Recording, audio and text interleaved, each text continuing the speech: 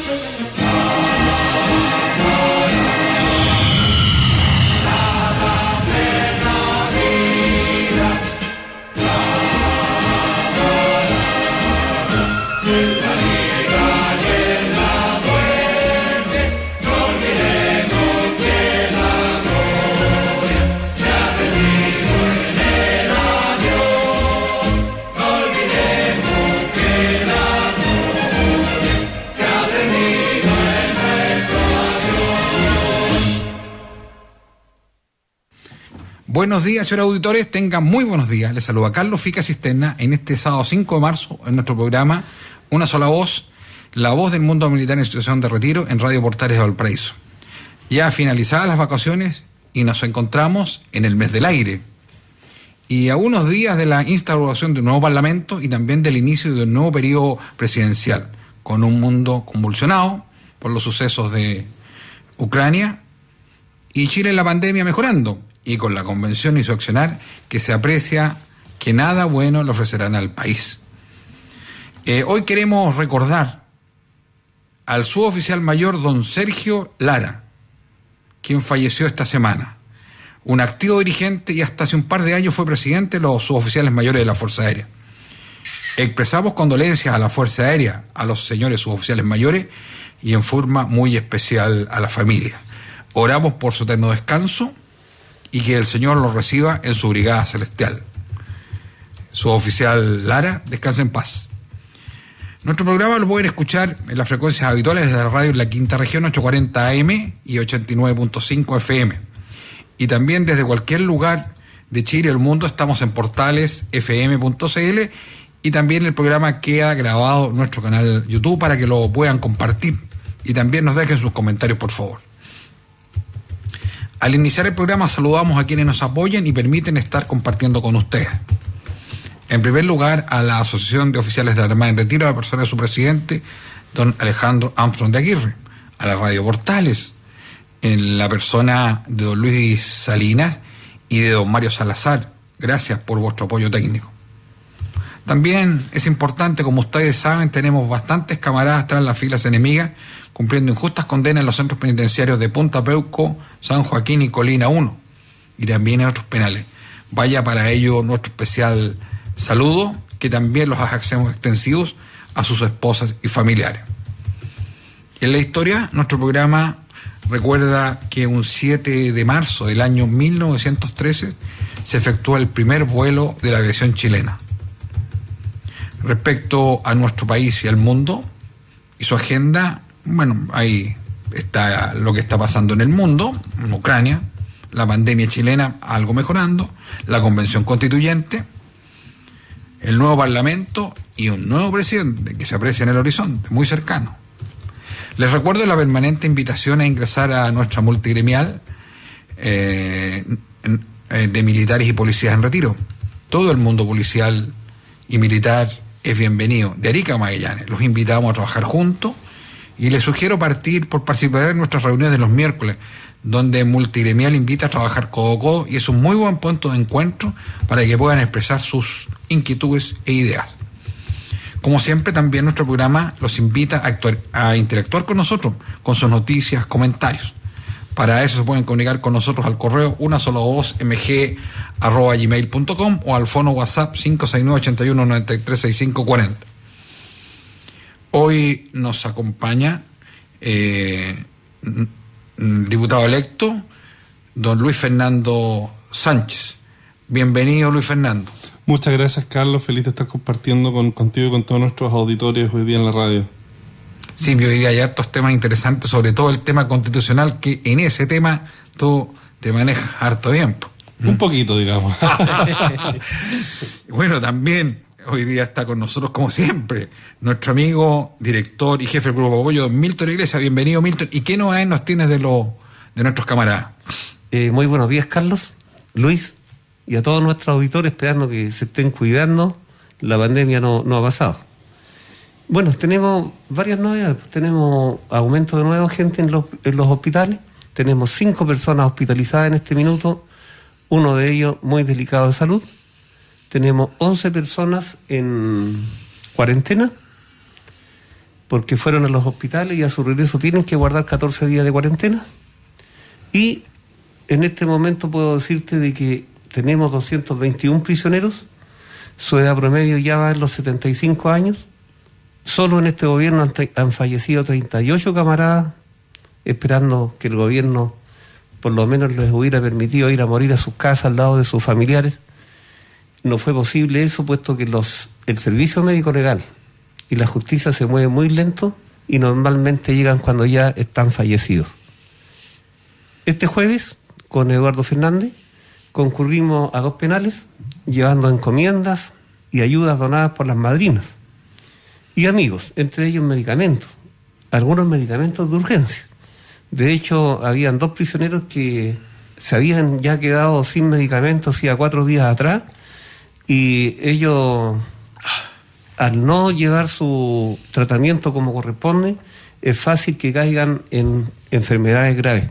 Cada uno de ellos tiene por lo menos unas 3 patologías graves y cualquiera que se les dispare prácticamente los deja en estado terminal. Bueno, también llevamos algunos libros y algunas mejoras alimenticias. El viernes concurrimos nuevamente a coordinar algunos procedimientos futuros que vamos a realizar en los penales, algunos operativos podológicos o médicos, y estamos haciendo las coordinaciones de detalle para poder materializar algunos prontamente. En lo jurídico, la situación se aprecia con bastante grado de actividad. De hecho, hay un reciente fallo donde se condena a 30 personas de la ex DINA. Gendarmería en este momento está agotando los medios para optimizar los espacios y crear nuevas celdas.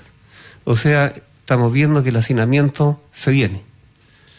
¿Y para qué hablar? Se nos viene también un cambio de gobierno que nos obliga a estar en alerta permanente.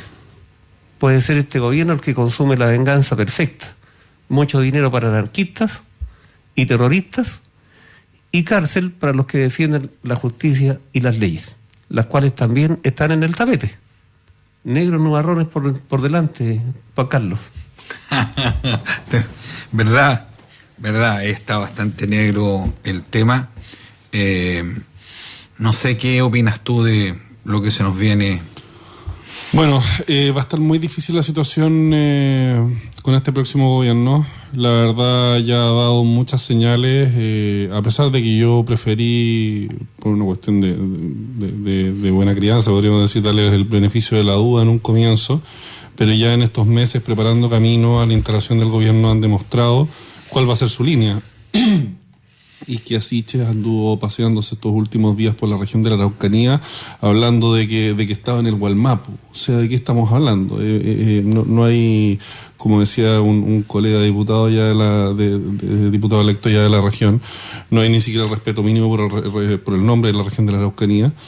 Y para más remate se usa un concepto que ya de entrada deja absolutamente claro cuál es su posición, que es de defensa a los terroristas, de defensa a los delincuentes, de defensa a quienes provocan acciones de violencia en la Araucanía, y no de defensa a las víctimas. Y eso se replica en una infinidad de cosas. Su defensa cerrada a una convención constitucional que se ha vuelto un circo, su defensa cerrada y su incorporación dentro del gobierno a agrupaciones que en forma reiterada, y personas con nombre y apellido que en forma reiterada han promovido el uso de la violencia dentro de la política. Podemos ver el subsecretario de Fuerzas Armadas, podemos ver, si no me equivoco, la ministra de la Mujer, la que participó alguna vez en una protesta violenta dentro de la Catedral de Santiago. Suma y sigue. Entonces, es muy complicado pensar en lo que van a ser los próximos 4 años con este gobierno, pero lo bueno es que vamos a estar ahí dentro del Congreso, la bancada republicana, para marcar los puntos ahí al gobierno y llevarlos a dar explicaciones cada vez que sea necesario con todos los instrumentos que nosotros tendremos a mano. Bueno, de estos temas vamos a conversar un poquito más adelante. Quiero recordar la historia hoy día. Hoy nuestro programa recuerda que iniciamos el mes del aire. El mes del aire es el mes de marzo. ¿Y por qué? Porque se formó la Fuerza Aérea, se creó la Escuela de Aviación, el primer vuelo militar, y eso lo recordáramos hoy día. Un 7 de marzo del año 1913, en un Blériot llamado Chile, el capitán Manuel Ábalos Prado realizó el primer vuelo de prueba, siendo recordado ese día en el ambiente aeronáutico como el primer vuelo militar en el país. Y también es el día de la Escuela de Aviación. Recordemos que también la Escuela de Aviación hoy lleva el nombre de quien pilotó ese avión: Escuela de Aviación Capitán Manuel Ábalos Prado. Bueno, este es el tema que nos trae a la memoria nuestro amigo historiador, el teniente segundo de Reserva Naval, don Carlos Valdenegro. Bienvenido, teniente Valdenegro. Muy buenos días a los radioescuchas de Radio Portales y del programa Una Sola Voz. Los orígenes de la centenaria Escuela de Aviación Capitán Manuel Ábalos Prado se remontan al momento en que el entonces teniente coronel de ejército, don Pedro Pablo Darnell, realizó su visionario informe, emitido en París el 20 de diciembre de 1910, declarando que era de extrema necesidad crear un servicio de aviación en Chile. Dentro de los puntos relevantes del documento menciona que este nuevo servicio inicialmente debería estar constituido por 2 oficiales y 2 suboficiales, quienes habrían de viajar a la nación gala para aprender el arte de volar y la mecánica aeronáutica respectivamente.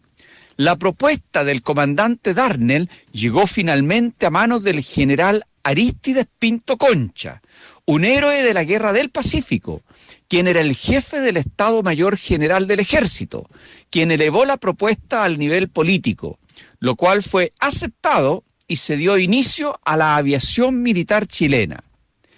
En este contexto fueron seleccionados los tenientes primero, Manuel Ábalos Prado y Eduardo Molina Lavín, junto a los mecánicos primero, Miguel Cabeza Soto y Pedro Donoso.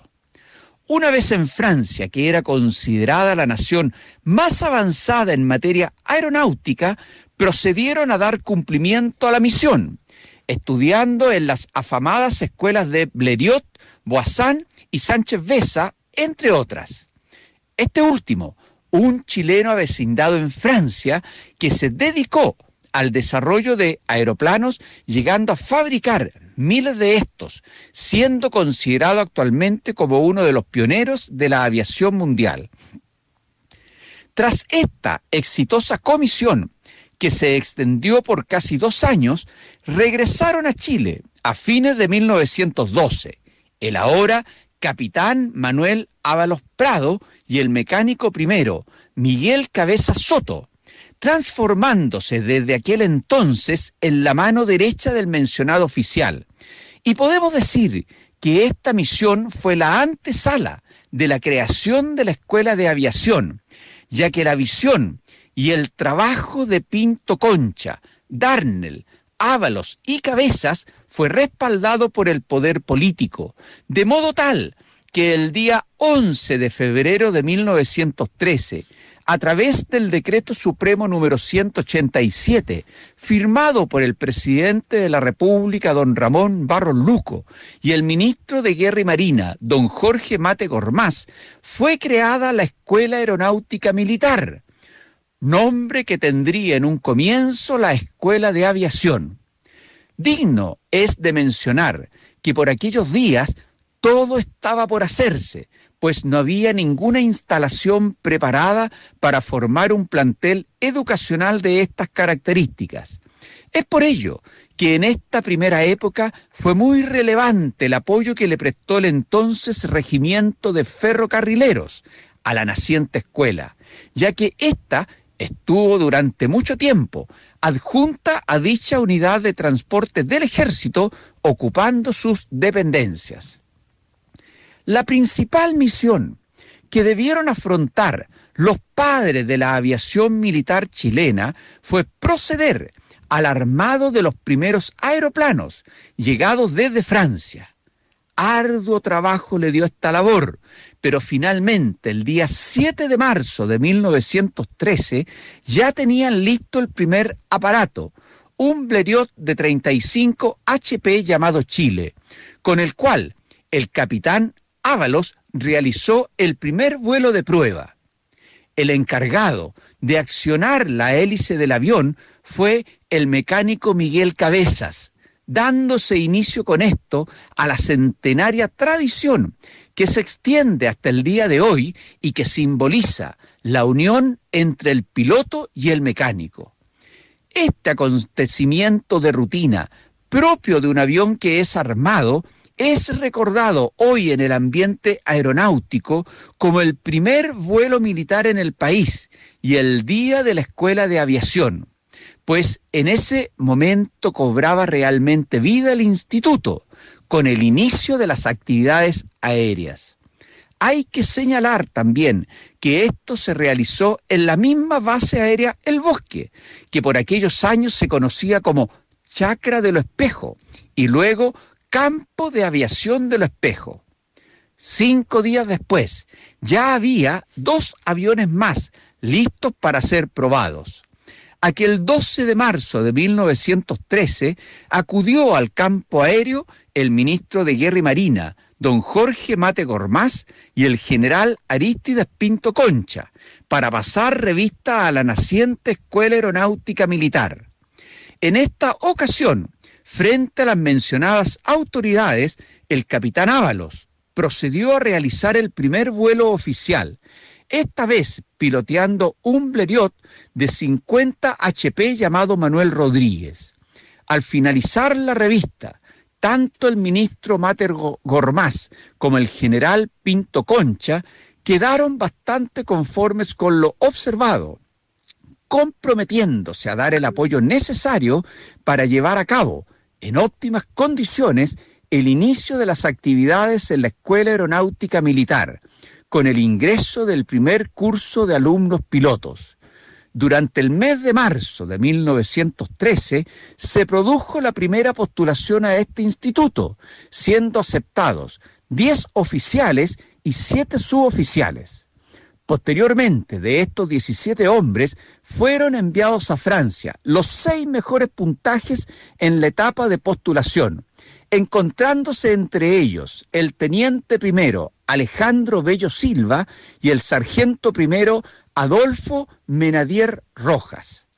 Chile se incorporaba a los países que contaban con una fuerza aérea militar, que es un orgullo para los chilenos que amamos la patria. Muy buenos días, muchísimas gracias. Muchas gracias a usted, Teniente Valdenegro. Qué interesante recordar los orígenes de la Fuerza Aérea, institución que hoy a lo largo de Chile apoya el desarrollo de nuestra patria. Respecto a la agenda de esta semana, yo la centro en, indudablemente Ucrania, la pandemia, la Convención Constituyente, el nuevo Parlamento y el nuevo presidente. Respecto a la pandemia, los índices en nuestro país están mejorando. Algo más de 20.000 casos hemos tenido en los últimos días. Las hospitalizaciones siguen subiendo, y los fallecidos, les recuerdo que más del 90% de ellos son personas que no se han vacunado o no tienen los esquemas completos. También está en proceso la vacunación de la cuarta dosis, segunda dosis de refuerzo. Pero para quienes no se han vacunado o están atrasados, están disponibles en los diferentes centros vacunatorios. Son muchas las personas que no se han vacunado o no han completado sus dosis. Amigos, somos parte de la sociedad y la solución es responsabilidad de todos.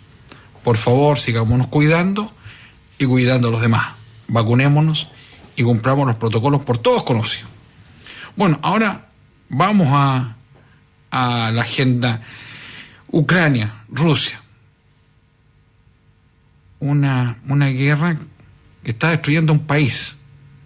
Una guerra que está dejando un reguero de familias quebradas que están abandonando ese país. ¿Cuál es tu opinión, Luis Fernando, de esa guerra? Bueno, yo creo que esta situación que está ocurriendo entre Rusia y Ucrania nos ha abierto los ojos a muchas personas de la realidad histórica, cultural, compleja que existe en Rusia y en los países que alguna vez fueron parte de su órbita, no solo en la época soviética, sino también la Rusia imperial. Yo personalmente he aprendido mucho también en estos días de cuáles son las motivaciones, qué es lo que pasa con Rusia, por qué esta actitud permanente de estar persiguiendo, tratando de recuperar como una conducta media expansionista permanente, no solo contra Ucrania, ya lo vimos con Crimea, en su minuto tuvo problemas con los chechenos también, y es algo muy parte de su cultura, de su historia, de su tradición, reivindicar territorios, tratar de volver a ese control territorial sobre lo que fue Rusia alguna vez. Ucrania para ellos es muy relevante en ese sentido porque parte de los orígenes de la Rusia imperial datan en territorio hoy ucraniano. Y eso se cruza un poco con las malas relaciones que ha tenido en las últimas décadas Putin con la OTAN. Y hoy día estamos viendo las consecuencias en el sentido de que Putin, que es un tipo que estaba buscando la oportunidad hace tiempo para hacer esto, yo estoy convencido de que por algo no lo hizo cuando estaba Donald Trump de presidente en Estados Unidos. Eso es como el primer dato relevante y obvio que hay que llamar la atención. Estas son cosas que pasan cuando en Occidente tenemos liderazgos débiles y cobardes, y eso es lo que estamos viendo principalmente en los países de la OTAN, algo que va muy conectado con la realidad que hemos visto en los últimos años en nuestro país. O sea, una clase política, especialmente en la centro-derecha, caracterizada por la cobardía, por la debilidad, y eso no es solo parte, lo vemos, no es solo parte de lo que está ocurriendo en Chile, sino que es una tendencia en Occidente. Putin vio la oportunidad ahí, en la cobardía, en la debilidad de los liderazgos occidentales, y ahí fue cuando asestó el golpe. Cuando ya se había ido Trump, cuando se había ido Merkel por dar otro ejemplo, pero que yo diría que eran las dos principales piedras de tope que le estaba viendo para hacer esto, o que le elevaban un poco el riesgo de tomar esta decisión. Ya con los liderazgos actuales tenía la puerta completamente abierta. ¿A quién le va a tener miedo? Por favor, a Joe Biden, que la verdad tengo las dudas en el fondo de qué tanto esté dirigiendo él los destinos de Estados Unidos. A Macron, por dar otro ejemplo, a quien ni siquiera lo saluda en eventos internacionales. Putin no se le hace la desconocida a Macron. Hay videos incluso de eso, lo que es bastante llamativo. Entonces obviamente él vio una oportunidad para hacer esto, en que los principales países de Occidente están dirigidos hoy día por líderes cobardes, que no iban a tomar una decisión o una acción en el fondo clara, dura, en contra de Rusia, en caso de una invasión en contra de Ucrania, terminaron dejando a los ucranianos abandonados después de haberlos engatusado de cierta forma de que los iban a incorporar dentro de la OTAN, cosa que cuando ya se vieron este eventual conflicto con Rusia no lo hicieron y los dejaron abandonados, dejaron de contestar el teléfono, los dejaron los vistos en WhatsApp, como dicen los chiquillos hoy en día. Y fue también bastante, y yo creo que hay que llamar la atención sobre eso, se ha dicho poco, hay que llamar la atención sobre y yo prefiero ser claro como lo digo, la indecencia de los liderazgos de Occidente, los principales liderazgos de Occidente que dejaron votado a un pueblo completo, donde hoy están muriendo hombres, están muriendo mujeres, niños. Hay una diáspora gigantesca de ciudadanos por la inacción de los liderazgos de Occidente que prendieron ahí un polvorín y después no se hicieron cargo.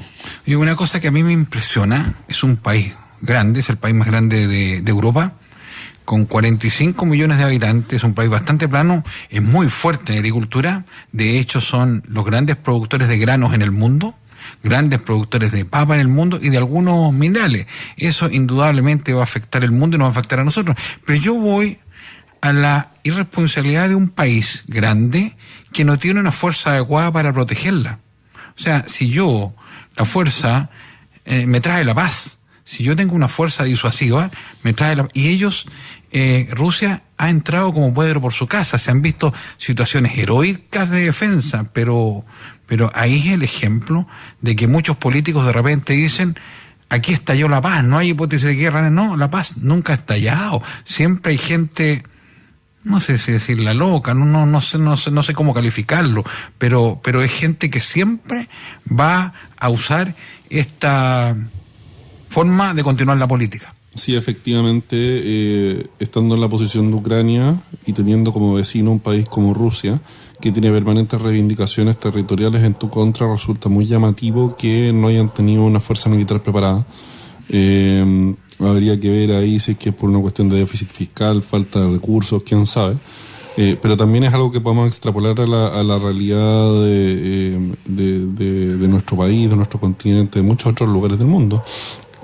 Oye, que cuando colindas con países que tienen reivindicaciones territoriales en tu contra, tienes la responsabilidad y el deber de tener una fuerza militar preparada, porque nunca sabes cuándo va a llegar un personaje a dirigir ese país vecino que va a querer exacerbar los ánimos y la única razón por la cual va a verse en el fondo constreñido a no hacer nada va a ser si es que ve que en realidad no tiene por dónde. Y lo hemos visto acá, ojo, lo hemos visto acá y yo creo que parte de eso es el éxito del cual puede dar cuenta nuestro país, que no hemos tenido guerras eventual conflicto armado de Argentina fue lo último, pero guerra abierta desde la guerra del Pacífico. Claro. Y eso es un éxito. O sea, en el fondo, eso es un éxito de las Fuerzas Armadas, que no haya pasado nada en 140 años. Claro. Pero ahí yo lo que quisiera agregar es lo siguiente, porque en este momento ya el conflicto está expandiéndose, ya no solamente está radicado en Europa, sino que hay una reunión que tuvo Alberto Fernández de Argentina con Putin, en la cual le ofrece a Argentina para que, como puerta de acceso a América, para que venga a disputarle el poder que tiene Estados Unidos en esta zona. O sea, el conflicto ya se está viniendo para acá. A propósito de eso mismo, hoy día tenemos Rusia, Estados Unidos y tenemos China. Y China lo veo de muy bajo perfil en esto. China incluso le hizo una mini acerruchada de piso a los rusos hace algunos días, donde le dijo, oye, primero como que los asusó y después salió a la prensa diciendo, oye, espero que encuentren una solución dialogada y le hago en el fondo el llamado a Rusia a que busque una solución a esto. Yo creo que están esperando ahí a ver si es que le forran el golpe desde Occidente a Rusia, para ver cómo reaccionan ellos. O sea, ellos no están personalmente comprometidos en este conflicto, están usándolo como experimento, digamos, para ver cómo se comporta Occidente. Y veamos también un pequeño detallito que es quizás la piedra de tope de Rusia y de China en este momento, que es que independiente de que ellos tienen una capacidad militar grande en números, la tecnología de la que disponen no es tan avanzada. Entonces, en comparación con Occidente. Entonces, claro, disputar esa hegemonía mundial para ellos tampoco es tan fácil o tan gratis. Y la única forma hoy que podrían ganar sería por este walkover, de cierta forma provocado por la inacción y la cobardía de los líderes occidentales. O sea, que Rusia, que China retomen el control o retomen un poderío, una posición de influencia mundial mucho más relevante, porque los principales líderes mundiales de Occidente no hacen nada, no por falta de capacidad militar de respuesta. Bueno, interesante el tema, pero vamos a Chile un poquito. Tú eres bastante conocedor del tema de la convención, desde hace un par de años con los abogados constitucionalistas. ¿Cuál es tu opinión de ese proceso? Y después nos caemos los artículos, si quieres.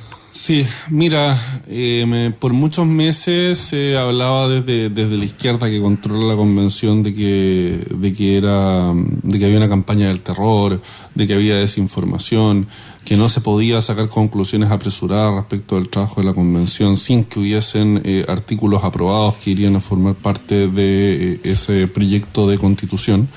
Y la verdad, ese tiempo pasó, porque ya hay efectivamente artículos aprobados, en general y en particular, y que están listos para formar parte de ese texto constitucional que se le va a proponer a todos los chilenos.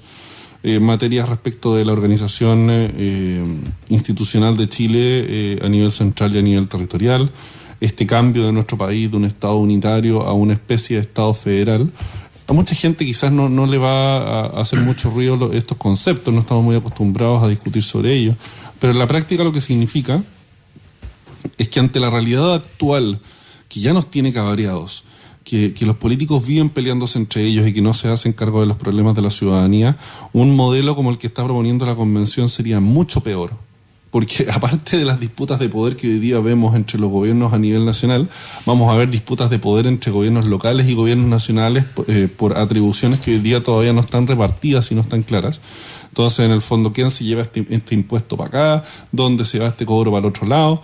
En el fondo, ¿cuánto presupuesto cada región va a disponer para poder contratar gente en sus planillas? Porque esto va a ser un festival de apitutamiento. Van a levantar gobiernos paralelos en cada una de las regiones y van a haber disputas de poder permanente entre los órganos territoriales, con el gobierno central, con el Congreso metido entre medio. Entonces, si ya teníamos una situación donde los políticos vivían preocupados de sus peleas fratricidas entre ellos, esto va a ser aún peor. Y suma y sigue con otras cuestiones. Hemos visto en materia de derechos fundamentales que se le han hecho desconocidas brutales a derechos tan básicos como la propiedad, la libertad de culto, el derecho a la vida. Las iniciativas populares de normas, todas esas que fueron presentadas y que muchos de nosotros firmamos y apoyamos un montón de ellas para que fueran discutidas dentro de la convención, no les destinaron ni 2 minutos de conversación y les rechazaron de plano porque vieron básicamente de quién venía. Dijeron, esta viene de la Iglesia Católica, chao, para afuera. Esta viene de una agrupación de derecha, chao. Esta viene de las víctimas del terrorismo de la Araucanía, chao. Y sin ningún respeto, sin ninguna consideración. Entonces había una falta de seriedad de parte de la convención, de la mayoría en la convención, esa izquierda que controla todo, que de verdad hoy día tiene a mucha gente entre desesperada y desesperanzada y también viendo alternativas. Hoy día me fijaba que salió una entrevista a Jorge Pizarro de la Democracia Cristiana en La Tercera diciendo que obviamente si salía un bodrio él ya se estaba preparando para votar rechazo. Tenemos un grupo de personas, estos famosos amarillos. Los amarillos. Fulvio Rossi, ex senador socialista. Garretón, que fue ministro de Allende. Un ex ministro de Allende ahora está diciendo que esta cuestión es una locura y es un bodrio. La misma senadora Rincón. También, pero fijémonos, yo quiero hacer el énfasis ahí, fíjate, en el extremo que tenemos que estar para que un exministro de Salvador Allende te diga que esto es excesivo. Entonces, la verdad, yo creo que como primer diagnóstico, primer acercamiento a lo que está pasando dentro de la convención, tenemos que entender que hasta el momento esto no tiene pies ni cabeza. Se están desconociendo derechos absolutamente básicos. Recordemos un poco esa parte del acuerdo por la nueva Constitución donde se establecieron algunos pequeños límites. Se dijo, bueno, la nueva Constitución no puede pasar a llevar tratados internacionales, el carácter de Chile de República Democrática. Sí. Y respeto a los tratados. Claro, y había una más que no me acuerdo este momento. Oye, y ya barrió con todo eso. Ya barrió con todo eso. Y lo que nosotros siempre dijimos en su momento, o sea, ya, súper lindo, pero ¿quién fiscaliza esto? O sea, que vaya a poner la posibilidad de repente de recurrir ante el Tribunal Constitucional. No se hizo. No lo han eliminado todavía, pero le tienen muchas ganas. Claro. Es que y tenemos una cuestión súper problemática. En su minuto, cuando estábamos en la campaña del plebiscito, yo obviamente defendía que continuáramos con la Constitución actual, la Constitución del 2005. Pero la verdad es que hoy día creo que estamos en una situación muy parecida a lo que ocurrió entre el 70 y el 73 desde el punto de vista constitucional, que es que el hecho político y jurídico que hizo necesario cambiar la Constitución de 1925 fue que ya estaba absolutamente destruida y pisoteada por toda la clase política, por todos los órganos que estaban, en el fondo, tenían entre su misión defender esa Constitución. Fue violada por todo el mundo y nadie impuso su cumplimiento, entonces se hizo necesario rearmarla para poder efectivamente exigirle su cumplimiento a quienes nos gobiernan, a quienes toman decisiones en el país, y creo que hoy día estamos en la misma situación. Evidentemente la Constitución o el proyecto de Constitución que salga de la Convención no va a ser una solución a eso ya lo tenemos claro. Pero yo creo que efectivamente tenemos que plantearnos de cara al plebiscito, transmitirle muy claramente a la ciudadanía que votar rechazo, por ejemplo, no significa que nos quedamos con la Constitución actual, porque eso es inviable, es insostenible, y va a tener que haber un debate dentro del Congreso, que es en el fondo el único órgano del Estado que podría volver a retomar el control de este debate. Con seriedad, para en el fondo discutir con seriedad, y yo tengo la confianza de que se va a poder hacer dentro del Congreso, porque si tú te fijas, la gente que fue electa ahí, las proporciones en cuanto a la representación de cada órgano, es un mundo de distancia respecto de lo que se ve hoy día en la Convención. Hay mucha más seriedad, hay gente que es verdaderamente de centro ahí dentro de la izquierda, que es más mesurada, que es más razonable. Este festival del extremismo que nosotros vemos hoy día dentro de la Convención no está replicado en el Congreso que va a asumir ahora el 11 de marzo. Entonces yo tengo la confianza de que podemos votar tranquilamente si es que nos proponen un mal proyecto de la Constitución en la Convención. Podemos tranquilamente votar rechazo, porque esto va a seguir discutiéndose después en el Congreso. Oye, feminismo exagerado, indigenismo exagerado, y también un montón de cosas que proponen que uno ve que es una tremenda gasto de recursos. ¿Y de dónde nace? ¿Alguien le meterá cuesco a todo esto? Derechos de esto que trataron ayer. En el tema medioambiental, de cuántas normas que aprobaron, ni ellos mismos se entienden, parece, ¿no? O sea, en el tema medioambiental y el trabajo de esa comisión, lo que más se supo fue una niña que fue a empelotarse ahí en una de las sesiones. Eso fue la portada de la comisión. ¿Ese fue el desayuno? Claro, ni siquiera entendí. En el fondo estaba sesionando la comisión de medio ambiente. O sea, lo disfrazaron como desayuno, como para decir que esto pasó como una cosa más informal. Pero era una sesión de la comisión. Oye, y lo más llamativo, lo más interesante de todo lo que se ha discutido en esa comisión parece que es que alguien fue a sacarse la ropa. Claro. Entonces, aquí estamos viendo de nuevo una falta de seriedad, una falta de responsabilidad y de respeto a todos los chilenos. A mí me parece muy grave porque yo, por lo menos, como diputado electo, siento ese peso, esa responsabilidad de estar a la altura y de responderle a la gente el voto que hemos recibido. Y al parecer dentro de la Convención muchas personas de izquierda no entienden la dimensión de responsabilidad que está asociada al hecho de haber salido electo, y se siguen comportando como adolescentes. Es impresionante. Y ayer también esta misma comisión no fue la que propuso 16 años para el voto. Bueno, está exigiéndolo la supuesta defensora de la niñez. Yo digo la supuesta porque de la niñez, sí, eso es. Porque de verdad, o sea, ¿cómo se le puede denominar defensora de alguien a una persona que evidentemente se está aprovechando de esos niños? Se está aprovechando de los menores porque todos lo sabemos, si los adolescentes en el fondo, en esa falta de experiencia, en ese romanticismo propio de esa edad, obviamente muchos más son de izquierda o se sienten en fondo tentados o encariñados de cierta forma por esas ideas. Lo que es más llamativo es que pasado cierta edad siga habiendo gente que se queda pegado en la adolescencia, como la defensora de la niñez. Pero yo creo que lo más condenable acá, y espero que algún día lleguemos a tener una defensora de la niñez que efectivamente defienda a los menores y no se aproveche de ellos para favorecer su ideología. Oye, Carlos, es tan importante lo que tú dijiste respecto, digamos, del indigenismo extremo. Tan exagerado es de que hoy día los chilenos no tienen espacio. ¿Alguien me podría definir hoy día cuál es el territorio de los chilenos? Porque hasta este momento cualquier persona preexistente puede elegir y obligar y echarte, puede expulsarte de su territorio. A ese nivel estamos. Entonces, yo no sé si Luis Fernando nos puede aclarar un poquito más. O sea, hay una manifestación.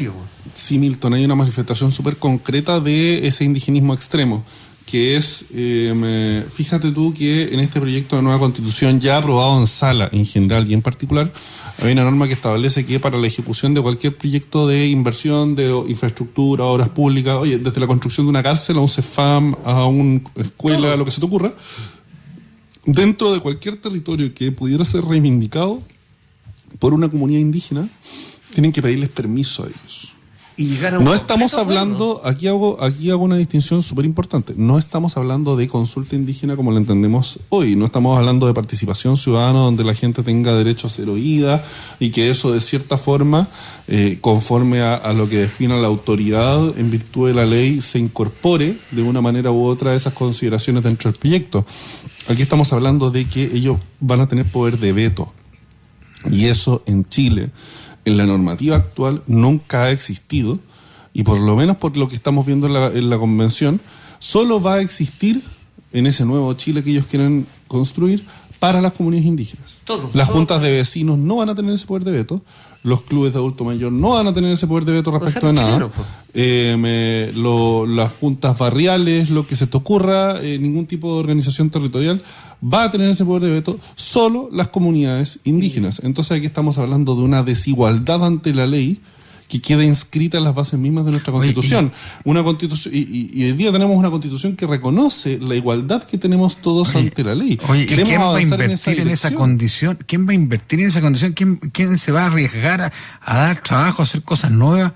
Bueno, alguien que tenga, y voy a ser súper claro, alguien que tenga los recursos para pagarle una coima a esa comunidad indígena para que les dé el permiso. Bueno, exacto. Esa es la realidad. Bueno. En el fondo, ¿qué es lo que estamos construyendo? Estamos construyendo una normativa que va a establecer básicamente un peaje informal que se le va a tener que pagar a todas estas comunidades indígenas o a quien diga ser descendiente de alguna comunidad indígena para poder ejecutar. ¿Van a legalizar lo que está pasando hoy en la Araucanía? En el fondo para poder emprender y poder seguir desarrollando el país. O sea, no, en este minuto todo a propósito de lo que tú también decías, Carlos, respecto de quién financia esta cuestión. O sea, ellos quieren todo para sí mismos, para su región, pero financiado por alguien. ¿Quién es ese alguien? Los chilenos. Y los chilenos no tienen ni territorio. Bueno, oye, interesante el tema constitucional, pero vamos un poquito al nuevo Parlamento del cual tú eres parte. ¿Cuáles son tus expectativas? Mire, yo tengo mejores expectativas de lo que estamos viendo hoy día en la convención. Yo creo que la gente que ha sido electa, en buena parte, hay gente sensata con quienes se puede conversar. He tenido la oportunidad de conversar con una que otra persona también de fuera, obviamente, de mi partido. Y algunos incluso más de centro, quizás de centro izquierda. Y siento que va a haber un espacio para el diálogo ahí. Va a haber un diálogo más abierto, más sensato, se van a escuchar razones, va a apelarse más al sentido común. Y yo creo que eso es bueno porque es lo que los chilenos, la gran mayoría de los chilenos esperamos. Y este cambio muy claro que vimos entre las elecciones de convencionales y las elecciones parlamentarias, separadas solo por unos pocos meses, donde muchos chilenos votaron por ideas y agrupaciones extremistas de izquierda en la convención, y al poco tiempo se dieron cuenta de que esto no conducía a ningún lado, que era gente irresponsable, sin formación, sin las competencias, y después no les dieron el voto de nuevo en las parlamentarias, y en las parlamentarias se impuso nuevamente el equilibrio, podríamos decir, o sea, posiciones más sensatas, más razonables. El gobierno de Gabriel Boric no va a tener mayoría dentro del Congreso. Eso es una buena señal, porque va a haber efectivamente posiciones, un mayor acercamiento entre las posiciones. Va a ser necesario que exista diálogo, y yo creo que eso es muy bueno, porque es lo que los chilenos esperamos. Esperamos que haya una mayor disposición a conversar, a acercar posiciones y a encontrar una solución, un camino para resolver este tema constitucional, esta crisis constitucional en la que estamos metidos, donde hay que darle a los chilenos una alternativa para que no se sientan amarrados a votar apruebo a una mala constitución. Muchos quizás siguen diciendo, pucha, es que yo quiero que no siga la constitución actual. Muchos siguen pensando eso. Entonces, estoy como entre la espada y la pared porque me van a ofrecer un mal proyecto de nueva constitución, pero muchos dirán, no, siento que esta otra cosa también es muy mala. Entonces, ¿qué hago? Bueno, yo quiero que los chilenos no sintamos, que nadie sienta que está como entre la espada y la pared porque no se le ofrece una alternativa, una salida a esta mala constitución que va a proponer la convención. Y yo lo que les digo es que la alternativa tiene que construirse en este espacio más sensato, más razonable, que va a ser el próximo Congreso. Y eso nos debería dar la tranquilidad a todos de poder, en el fondo, desechar esta mala propuesta de la Convención Constitucional. Oye, hablemos un poquito de la quinta región, tu región, o nuestra región. Nuestra región. ¿Cuál es tu idea? ¿Cuáles son nuestros problemas? ¿Qué alguna motivación o algún desafío? Sí. Bueno, tenemos desafíos bien grandes en lo que está pasando con la administración municipal en muchas de nuestras comunidades. Muchos municipios que han sido tomados por estos grupos de izquierda más radical, principalmente el Frente Amplio. Las dos comunas más relevantes o más grandes, podríamos decir, no más relevantes, más grandes de nuestro distrito, Valparaíso, Viña del Mar, están dirigidas hoy día por el Frente Amplio. Bueno, Charp se salió del Frente Amplio, pero es la misma izquierda extrema, mucho más radical, incluso en el caso de acá. Y la verdad yo creo que tenemos desafíos grandes. Yo he tratado de reunirme con las autoridades municipales en Viña del Mar. La verdad ni contestan el teléfono. Entonces no queda mucho más camino que interpelarlos y que trabajar también con otras autoridades en otros niveles, con concejales, con la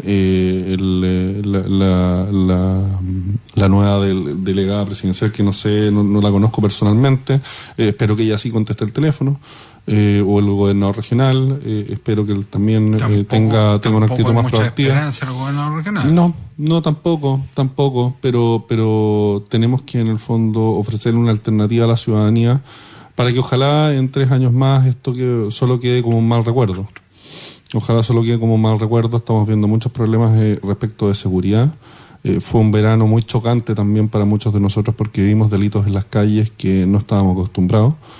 Hace pocos días a un hombre aquí en Recreo lo secuestraron y lo dejaron botado en el peaje de los Libertadores después de haberle robado 8 millones de pesos. Secuestro, en plena calle, en Recreo, la mitad de Recreo. O sea, estamos hablando de un barrio tranquilo, un barrio residencial, familiar, mucho adulto mayor ahí. Entonces al final nos sentimos expuestos a situaciones respecto de las que ninguna autoridad nos da respuesta.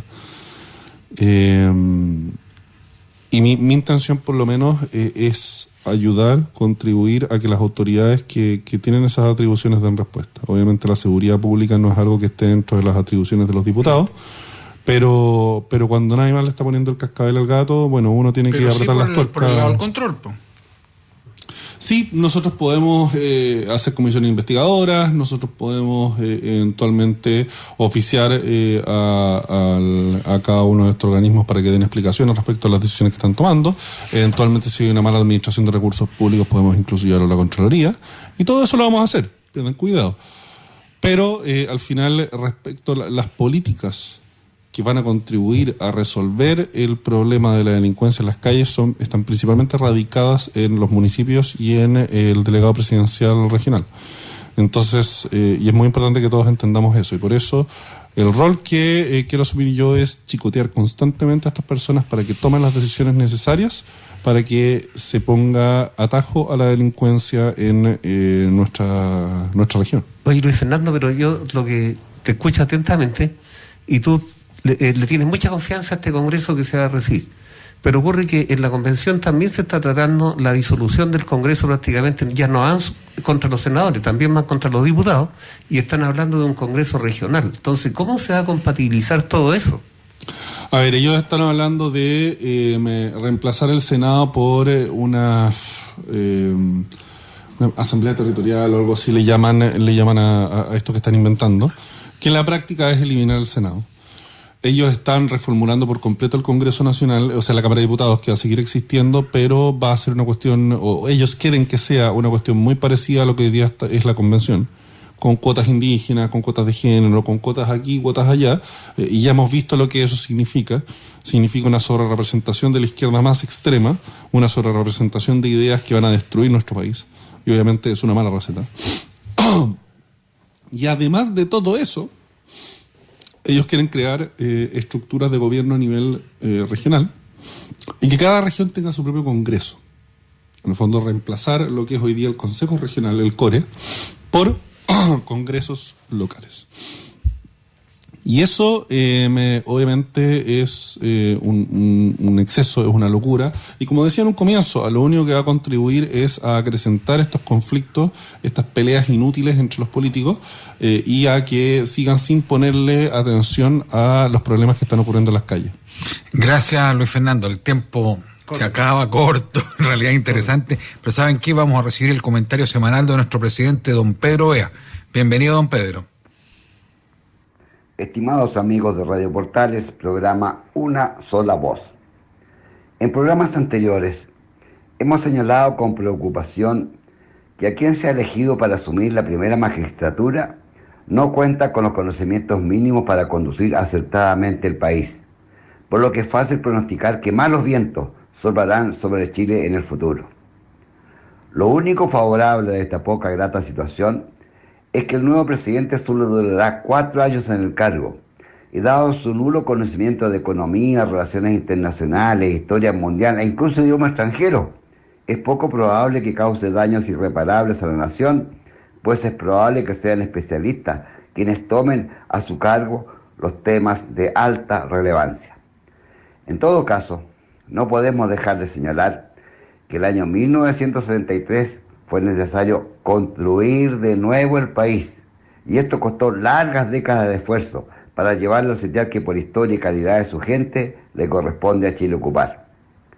Tampoco podemos olvidar el desgraciado gobierno del señor Piñera y de la centro derecha que, por cobardía y falta de visión, no pudo hacer atravesar a Chile la línea del desarrollo para comenzar a codearse con las primeras naciones del mundo. En 4 años, el señor Piñera fue capaz de hacer evidente que se coloca con facilidad a la cabeza de los peores presidentes de la historia, superando por lejos al gobierno de Allende y la Unidad Popular. Lo que sí puede causar daños irreparables y a lo menos de larguísima duración son los acuerdos que está tomando la Convención Constituyente, que a la fecha nada ha realizado en beneficio de la gente y menos en intentar resolver los problemas reales en salud, pensiones y otros temas que, muy bien manipulados, llevó a la masa a votar a prueba sin aquilatar este gran grupo de personas mínimamente informadas que estaban siendo vilmente engañados, ya que una constitución no constituye un listado de supermercados donde cualquier avispado anota la petición de su preferencia. Tampoco una constitución puede ser redactada por un grupo de personas ignorantes, tal como sucede hoy, ni siquiera por un grupo de abogados, pues estos no poseen los conocimientos mínimos para hacerlo, sino esta constitución es necesario que la materialicen experimentados profesores de derecho, especialistas en derecho constitucional y derecho comparado, los cuales, dado las dificultades de alto nivel que presenta la materia a tratar y discutir, es habitual que demoren largos años en su elaboración. Pero en el Chile de la liviandad y del cambalache esto no sucede. Como sabemos, da lo mismo un burro que un gran profesor. Es por ello que hoy vemos con horror cómo se pretende desmembrar al país, eliminar instituciones fundamentales de origen muy superior a los 200 años de vida independiente que poseemos, pero que en esos 2 siglos de existencia constituyeron los cimientos que todavía soportan a nuestra nación. Los políticos merecen un comentario especial. En general, aborrecemos su actuar y hemos visto como en su gran mayoría desconocen los reales objetivos del país y con sus acciones obedecen a intereses personales o de sus partidos, e incluso hay varios que responden y obedecen a órdenes provenientes del extranjero. Ese dato, sí, porque es un dato, no ha preocupado a la convención y ahora proponen tener congresos regionales, es decir, multiplicar de una sola plumada por más de 10 veces al Parlamento actual. Como gran novedad, un periódico nacional en su primera página de ayer señala: Pleno de la Convención aprueba reconocimiento de los derechos de la naturaleza y de los animales. No es de extrañar lo que hacen, pues dicen que hay personas que conversan con los árboles. Pero ¿les parece a usted que lo aprobado va en directa dirección a lo que a usted realmente lo afecta? Los problemas reales que a usted lo aquejan. ¿Dónde está el derecho del niño, en particular del que está por nacer? El derecho de los padres a educar a sus hijos según lo estimen conveniente, el derecho de propiedad, a la libertad de opinión, a la libre sindicalización, es decir, los verdaderos derechos que consagran nuestra actual Constitución. Nada de eso es posible visualizar. Es hora, amigos, de comenzar a prepararnos para decir no. Chile es uno, grande y libre, y así lo queremos mantener. Muy buenas tardes. Muchas gracias, presidente. Luis Fernando, tus últimas palabras para despedirte, por favor. Sí, primero que nada agradecer la invitación, Carlos, Milton. Como siempre es un gusto poder estar compartiendo con ustedes y con nuestros auditores y transmitirle un poco también, para redondear las ideas a quienes nos escuchan, la importancia de que nos mantengamos atentos a lo que está pasando dentro de la convención. Yo obviamente voy a seguir difundiendo contenido y respecto de poder resumir lo más posible estas cosas, porque tenemos que tener muy claro, de cara ya al plebiscito de salida, por qué es tan grave lo que se está proponiendo como nueva constitución, estas normas que se están aprobando, y por qué es que tenemos una alternativa, una posibilidad de salida a esta mala constitución en una discusión más razonable, más mesurada dentro del Congreso, para que tengamos como chilenos de verdad una constitución que sea buena y que resuelva muchos de los problemas que tenemos hoy respecto del abuso de poder, respecto de políticos que hacen lo que quieren, respecto de tribunales de justicia que no funcionan, respecto de leyes que no atienden a las verdaderas urgencias sociales. Yo creo que todo eso puede resolverse bien si es que devolvemos la discusión de una nueva constitución al Congreso, y esto se hace de forma más sensata, más razonable, más pausada incluso, no con tanto apuro como lo están haciendo ahora, y sacamos del proceso también a estas personas verdaderamente extremistas que no creen en nuestra democracia y no creen en nuestras libertades. Gracias, Luis Fernando. Milton, por favor. Luis Fernando, bueno, el gusto ha sido para nosotros. Lamentablemente, como dice Carlos, el tiempo es escaso. Me despido deseándole a ustedes un bonito fin de semana y a nuestros radioescuchas que sigan cuidándose. Muy buenas tardes. Muchas gracias, Milton. Muchas gracias, Luis Fernando, y a nuestros panelistas virtuales del día de hoy. Sigámonos cuidando, como dice Milton. Por otro lado, nuestro país, su futuro se ve difícil, debemos estar preparados para defenderlo. Nuestra preocupación hoy es la Convención Constituyente. El trabajo que están mandatados es demasiado importante y no se aprecia cordura en su accionar, como ha quedado mostrado con lo que nos dice Luis Fernando. A las nuevas autoridades que asumen les deseamos éxito, y en especial a nuestros amigos como el diputado Luis Fernando Sánchez, y sigamos trabajando juntos. Les recuerdo la invitación permanente de nuestra multigremial a trabajar codo a codo todos los días miércoles a las 20 horas. Este miércoles nos acompañará nuestro amigo Gonzalo Rojas y otro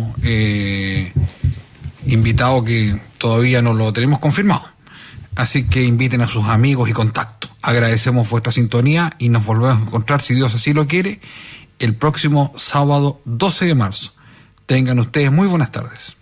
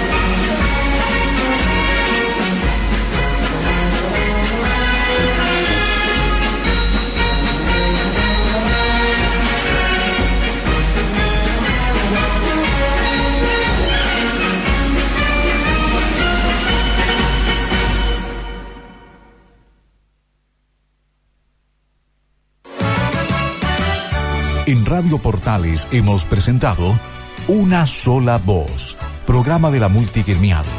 Fuerzas Armadas, Carabineros, PDI, retirados y montepiadas. Aquí se tratan los asuntos gremiales. Importantes invitados al panel. Una Sola Voz en Radio Portales de Valparaíso. Muchas gracias.